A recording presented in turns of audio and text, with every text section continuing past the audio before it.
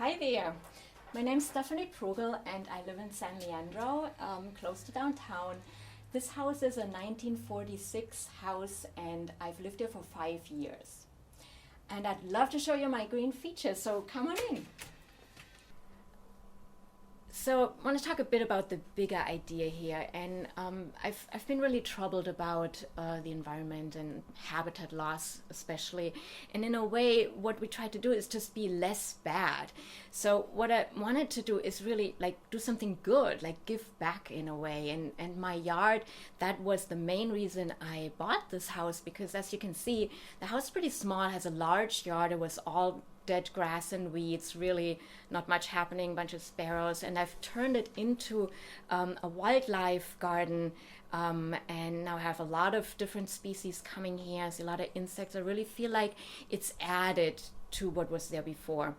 And you know, with the house, it's sort of similar. I mean, I'm trying to get as close to net zero kind of impact as possible, and trying to, with the solar, use my own electricity and also simplify so it's not so much in the first place. And I have to tell you, it's really empowering. It doesn't feel like a sacrifice at all.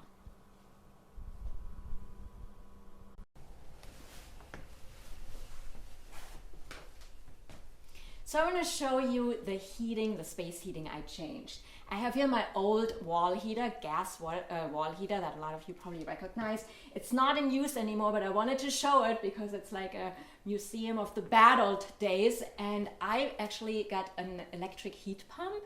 It's a mini split ductless heat pump, and I'm going to show you what that looks like. I have 2 units, indoor units, so one's over here. They're both sort of at the ceiling, and one in another room, and the exterior unit is outside in the yard. And I really like this a lot because it puts out continuously warm air that has time to blend with your indoor air, rather than the old unit that would just like heat up fast. The heat would just go right under the ceiling and then it would cool off again. So this being very low electricity use, I can leave it on and it just creates a much more comfortable heat indoors. And it also cools. So this is my bedroom, and I don't have any heating in here. I like to sleep kind of cooler at night, but I do have a ceiling fan for some nights that are a little hotter, and then I can turn that on. So my bathroom's really small, and I didn't want a whole heating unit in here, but sometimes, in the morning it is really cold. So what I have in here is a sort of a convection regular space heater. It's really cool. It's flat. I actually got it used on Craigslist, and it has very low voltage, so it doesn't use a lot of electricity, but it is just convection. And because I just need it in the morning, I actually got a little smart plug where you can basically, it's like setting a timer on an app. And so I set it to start warming, say 6 in the morning. When I get up at 7, it's kind of toasty, but the rest of the day, then I don't really need it. So that way I also get a warm bathroom. So I wanted to talk a little bit about consumption also in terms of energy savings, because all the stuff we buy, there's like all this embedded energy and all the resources. So I'm big on that, and it has become kind of a lifestyle. Like I just think about, well, I want an item, can I get it used? Do I really need it? Can I get it without packaging? So on those notes, I just wanted to show a couple of things that I've come to really like, especially around preventing extra packaging and disposable plastics. So I have my little plastic bag dryer here, and these freezer bags, they're really sturdy. There's no reason not to use them more than one time. So I just rinse them with when I do my dishes, and I have them dry here. So that's been really handy and cheap and easy.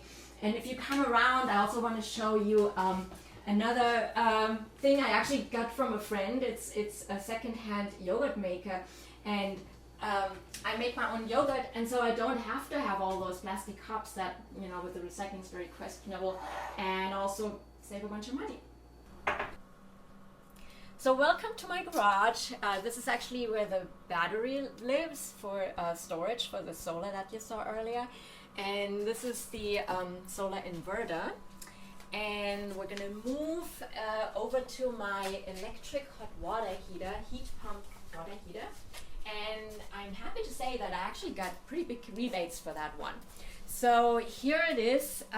It's pretty much as large a tank as the old gas water heater was, and has the heat pump in here, and it also stores hot water. I have to say, zero difference in user experience to what it was before. I always have hot water, no problem, but much lower electricity. This is where the cold air gets discharged out.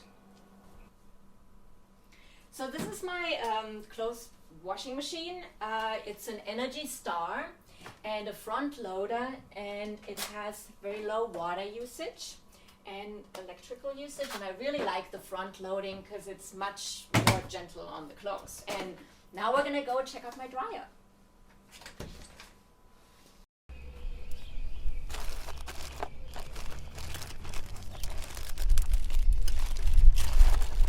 So over here, this is my dryer.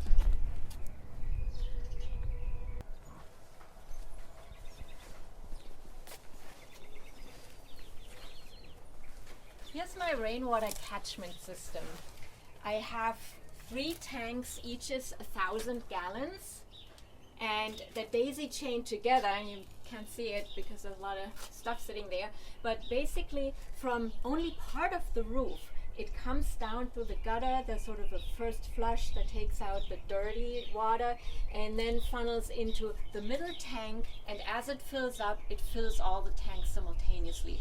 So right now, I hear how full they are. They're almost full, and so I have 3,000 gallons of water that I harvested over the winter for my big yard. So over here you see how I'm actually using the water. I have a hose attached, and the white pipe in front is the overflow, and the pump you see in the back there is just a small 1.5 horsepower pump to get the water all the way into the back of the yard. So let's take a look at my smart panel here, the span. And here's what everybody has, the circuit breaker panel, and the span panel replaces this. So I have a battery storage for my solar energy, and with this panel, instead of a regular circuit breaker panel, I actually have a lot more flexibility in terms of where my energy goes. So my priority is to use as much of my own energy as I can. So I load shift, which means during the day when there's sunshine, I charge my battery and then I use it at night, and of course also during blackouts. But with the smart panel, each circuit is its own thing on an app that comes with this smart panel, and I can direct what I use. So for example, I have certain circuits set for a blackout situation. Say there's no grid, I only use my battery, and you want to be very conservative with the available electricity, right? So you only use certain circuits like the fridge, your router, your garage door. But with the span panel, I can change that in real time. It tells me, oh, you have 80% battery, you'll be good for your important circuits for 2 days. Now say I know it's just going to be a day. Oh, I can add the hot water heater, for example. And so it just gives me a much better flexibility to traffic control my own electricity, and it also helps me know exactly how much stuff uses. It tracks everything, and we're going to show you a couple screenshots to see what the app looks like. And I just have to warn you, if you get this, you're going to spend a lot of time on your app because it's fascinating. So thanks so much for visiting and checking out my green home. And I just want to encourage you to embark on that journey to get fossil fuels out of your lifestyle. And I hope you got inspired. It's certainly been very empowering for me, and I'm happy.